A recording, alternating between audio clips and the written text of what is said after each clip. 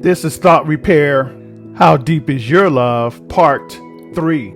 As I stated in the very first part 1 of this journey, there would be some things that might be rather surprising as far as indications of whether we have the love that God is talking about, the originator of what love is. In part 2, we showed how love is the fulfillment of God's law because God's law expresses who He is, which is love. And the obedience to that law shows whether love is in you for God with all of our hearts, mind, soul, and strength, and our neighbors as we do ourselves, even to the point of esteeming humanity above ourselves. I'm going to address some things as far as love is concerned and how love, what love does and what love does not do. And if we're expecting or thinking and believing we have love in us, what the scriptures show us about love helps us to see whether we do have this love in us or not, or maybe not in the full capacity of what God is talking about.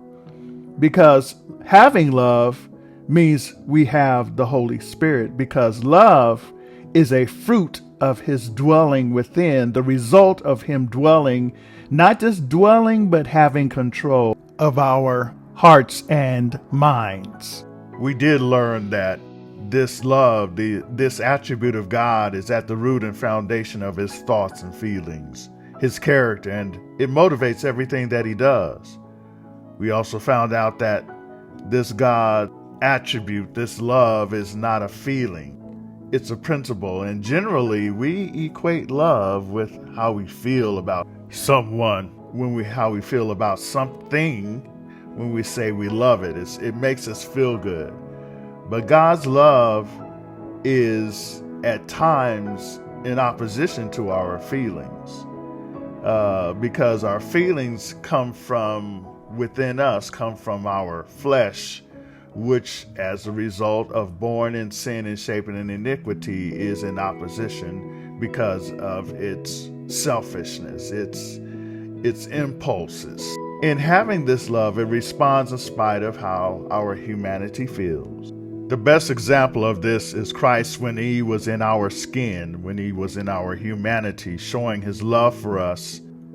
Did you know that Christ totally abhorred sin, totally hated sin, but He loved the sinner? Paul said in 1 Timothy 1:15, "This is a faithful saying and worthy of all acceptation, that Christ Jesus came into the world to save sinners, of whom I am chief." Paul stated that he was a sinner saved by grace, and he was not just a sinner, but the chief of sinners, an example of what God's grace can do, saving us as sinners. We pulled from 1 Corinthians 13 that love suffers long with others. It is kind to everyone.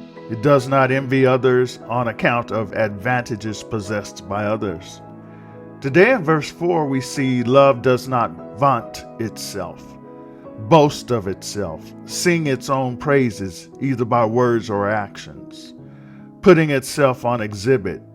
It is humble. This love remembers the life and death of Jesus and instantly repels every thought or suggestion that would lead to self-glorification.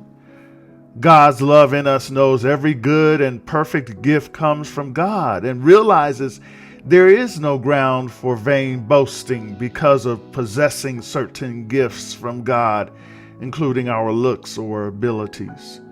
God's love is not puffed up. This is very similar to vaunting. The Greek word means to blow up, to inflate, metaphorically to make proud. Love does not inflate a person with vanity. It does not produce a condition of conceit and self-exaltation. This expression points to the experience and state of pride and self-satisfaction that so often mark those possessed of superior knowledge and abilities.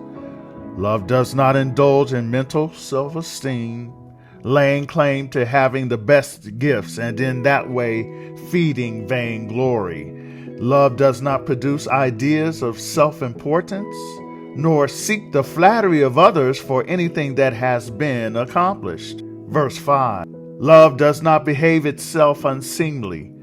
The Greek word means to act unbecoming or to behave dishonorable. In certain scripture, the word is used with the meaning to be naked. Love is never uncivil, rude, or unmannerly. It never behaves in such a way as to offend the sensibilities of others. Christ, when on earth, was ever mindful of the feelings of others, and he ever acted with courtesy and propriety toward all.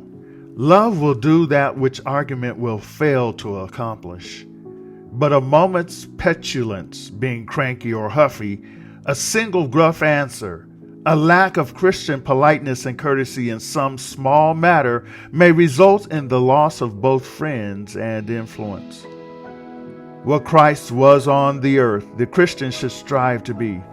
Christ is our example, not only in his spotless purity, but in his patience, gentleness, and winsomeness, which means generally pleasing and engaging, often because of a childlike charm and innocence. Didn't Christ say, unless you become as a little child in disposition?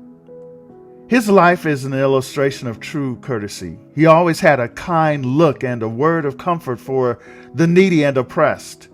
His presence brought a purer atmosphere into the home, pure and undefiled.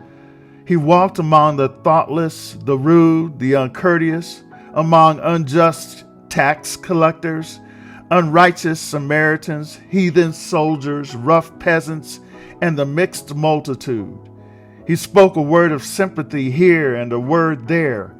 As he saw men weary and compelled to bear heavy burdens, he shared their burdens and repeated to them the lessons he had learned from nature of the love, the kindness, the goodness of God. He sought to inspire with hope the most rough and unpromising, setting before them the assurance that they might attain such a character as would make them shown and known as children of God. The religion of Jesus softens whatever is hard and rough in the temper, and smooths whatever is rugged and sharp in the manners. It makes the words gentle and the demeanor winning. Let us learn from Christ how to combine a high sense of purity and integrity with a sunny disposition. A kind, courteous Christian is the most powerful argument that can be produced in favor of Christianity. You know, many of us respond to life, respond to people, respond to different circumstances based upon experiences we've gone through, way we were raised. Could be trauma, abuse, relationships, whether family, romantic. And most of this is rooted in fear. The scars are from fear. The fear is at the basis. And the word tells us perfect love casts out all fear. Perfect love is God. The Holy Spirit within will bring healing and deliverance. Life in this world is unfair, but it's only by coming to Christ, receiving Him, spending time with Him, allowing Him to speak to us through His Word, allowing the Holy Spirit to take over, that we can be healed and then become instruments of love in spite of how life has treated us. God's love is the soother and the life and the healing for everything. And He exhibited Himself going through abuse, going through a trauma, and showing love in spite of what was being done to Him. Men's social rights and their rights as Christians are to be taken into consideration. All are to be treated with refinement and delicacy as the sons and daughters of God, whoever they are. Red and yellow, black and white, and every color in between, all are precious in God's sight. Note this: love seeks not her own. This is literally saying her own things. The exact opposite of the nature of real love is selfish seeking after one's own advantage, influence, or honor as the great objective of life. This is the way of the world. Of all the characteristics of love, this is the hardest for the unsanctified heart to understand.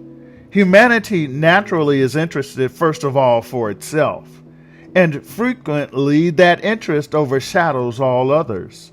But Christ's way, the way of love, puts itself last and others first.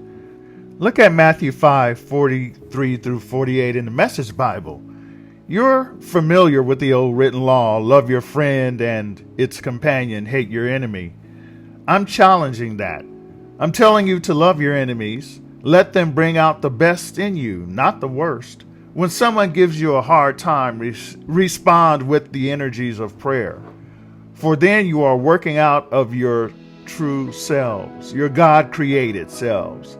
This is what God does. He gives his best, the sun to warm and the rain to nourish, to everyone, regardless of the good and bad, the nice and nasty. If all you do is love the lovable, do you expect a bonus? Anybody can do that.